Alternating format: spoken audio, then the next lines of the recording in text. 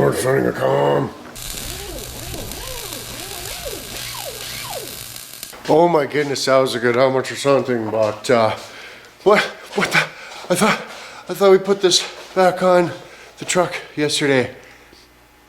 But yeah, so I just, you know, up and down a couple times, there wasn't quite enough room. I cut this massive hole in the in the floor, right? But it's not quite, it wasn't quite in the right spot. It was still touching a little bit, so I was like, you know, no get, right? So we lifted her back up, did a little more trim, but I mean, the hole is just massive. So, you know, hopefully the boot covers at least 10% of the hole I cut, but got the clutch in. I don't know, I had a light over here at one point, but then I quit. But I got the clutch just bolted back on there. You know, the Master McMarmaduke, whatever you want to call it, the juice clutch there. So it's just sort of sitting in the hole a little bit, and yeah. So I mean, I figured, well, I got it off, right? Yeah, looks like we got a massive oil leak, eh? Oh no, look at it. Oh no, we only ran it for like 2 minutes and not even, maybe 25 seconds, and yeah, it's leaking oil all over the place. Probably no good. But yeah, that's probably just from when I was pouring the oil in the top there. Just joshing you some terrible, getting you all riled up. You know how the goofs are. It's not really a matter of, you know, just like, oh, it's ready, and then smash the body back on, run the bolts in, and start hooking everything up. You gotta, at least I gotta friggin' have several Santuses before I actually Dantas, you know what I mean? Because I get ahead of myself, so I'm terrible. Like for instance, the Driveshaft.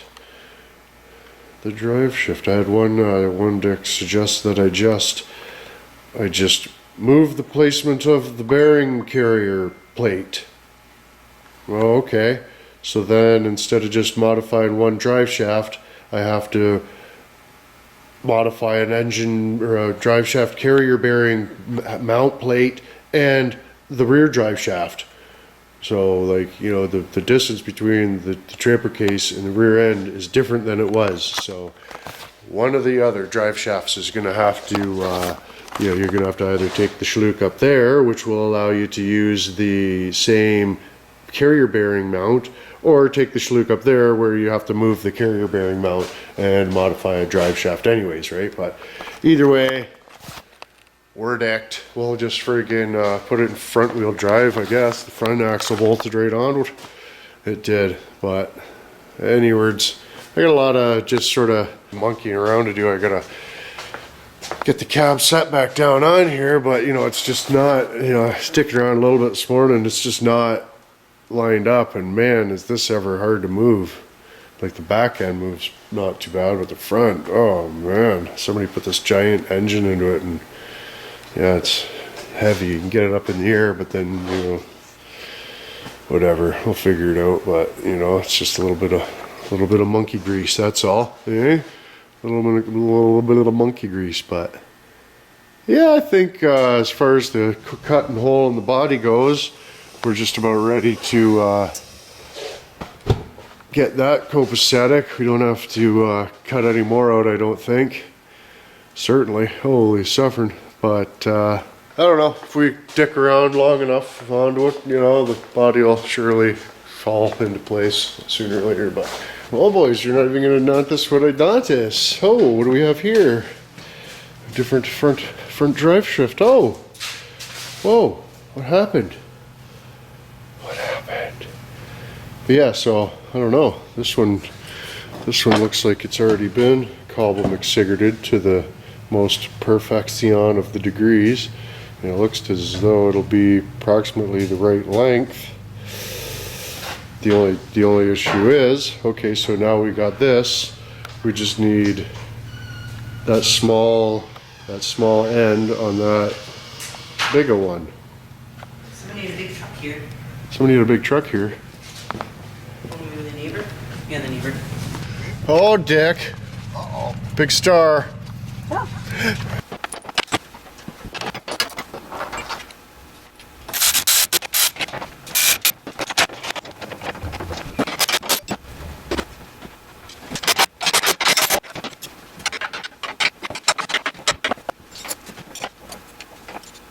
I found another front drive shaft that has no slopping at all. So I'll swap that sloppiest frig one out for my other one. Bonjour.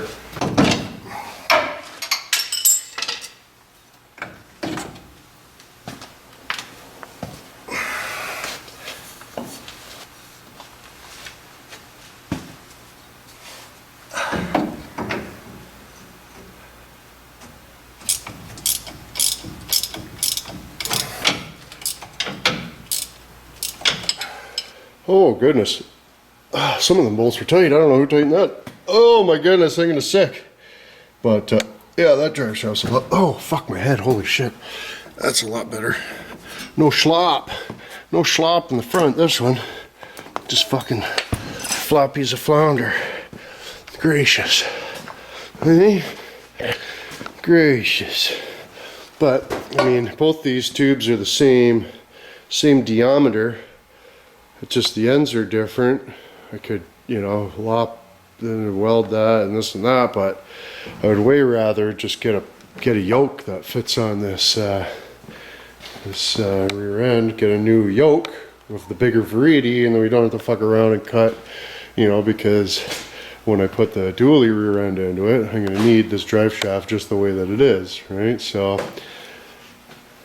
either way, it's gonna be like 160 bucks for that friggin' yoke. But I just got to find out if it's a 10 or a 29 spline. Not too big of a dirge, but yeah, I wasn't near ready to put the body on, eh? I mean, we had to lower it down and get the hole cut for the shifter and different things anyways, but yeah, we got the front stub shaft in. I'm not really sure how that works. That came out of a cab and a half. Oh, you know what it is? Cab and a half long box. Crew cab short box, same, eh? Look at that.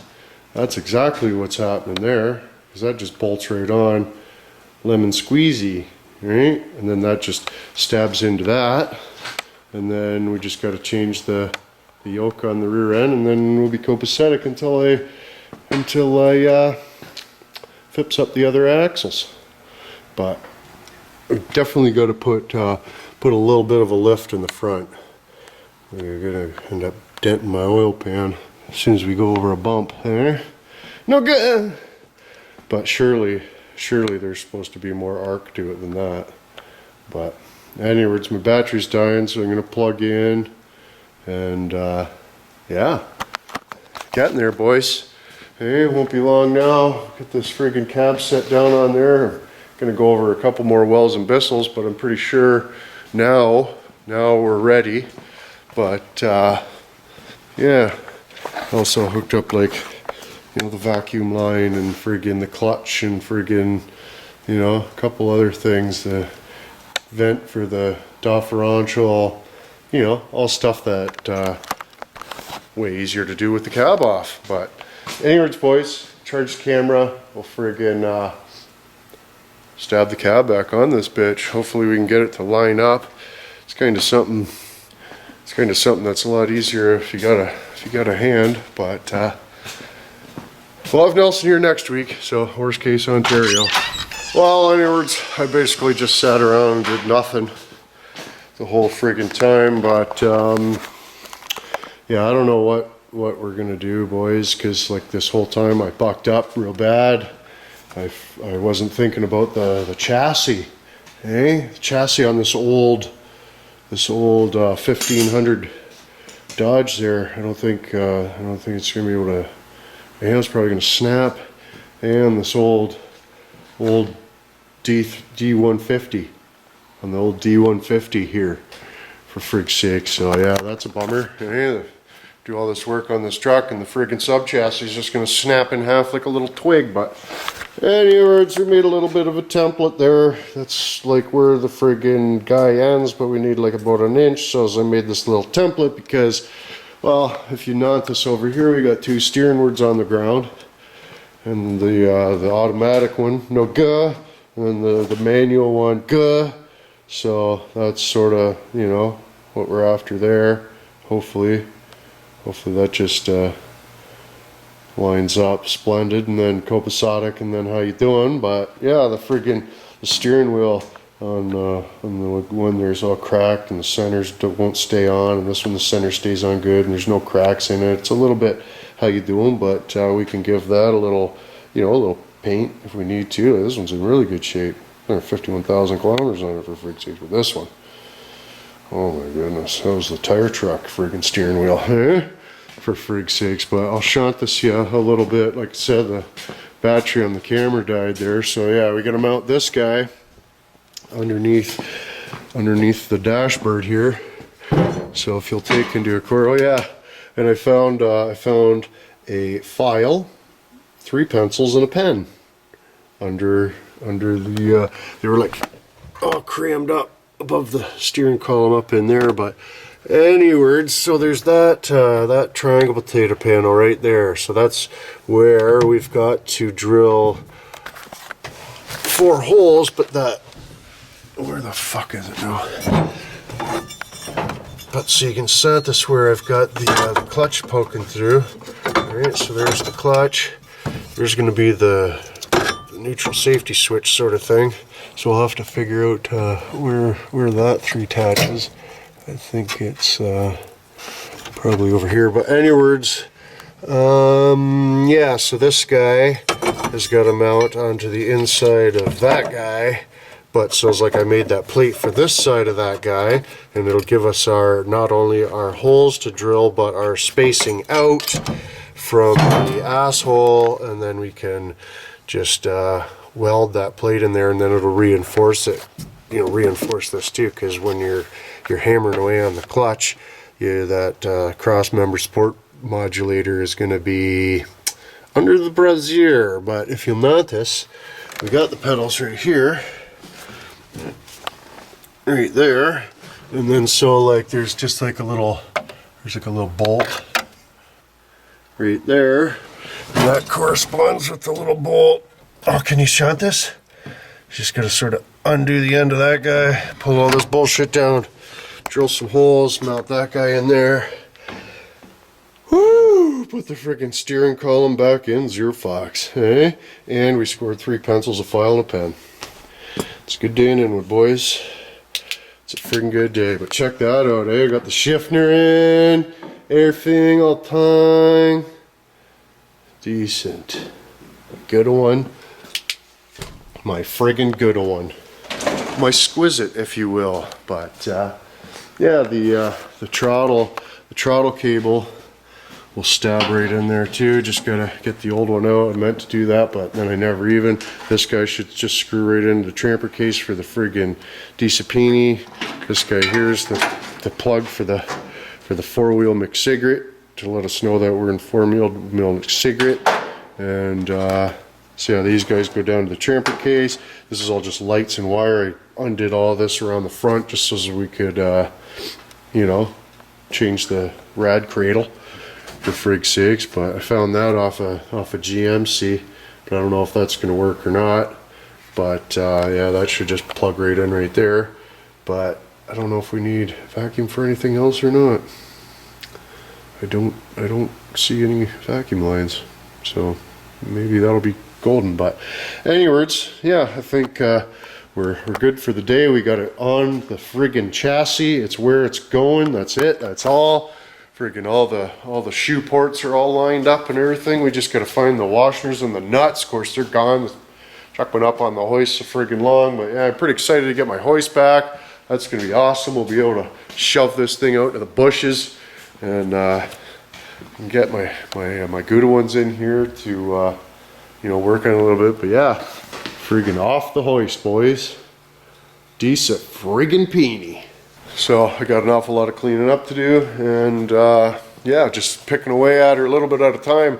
More or less now it's just hooking different things up. I'll change that steering column.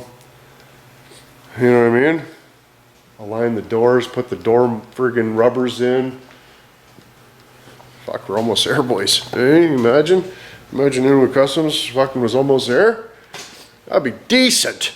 Anyways, boys, friggin', let me know what you think about the 80 tree. It's been a long haul. I mean, it's not like I'm making it an 8-hour-a-day job or anything, but you know, when I can work on it, I work on it. And friggin', we're getting down to the gritty now, boys. And speaking of gritty, don't want to forget Patreon.com. Really helps us get along with these projects here into the copacetic. Without Patreons, I don't think we could do the 80 tree. Not in the realm we did it, anyways, that's for sure. But so, frick appreciate it big time. And yeah, how about a finger fudge? Get on that like button if you missed them a couple of inches from earlier week. But anyways, boys, beg my pardon, then we cheat you. Go another dick program talking a little more. Don't let the waters get you.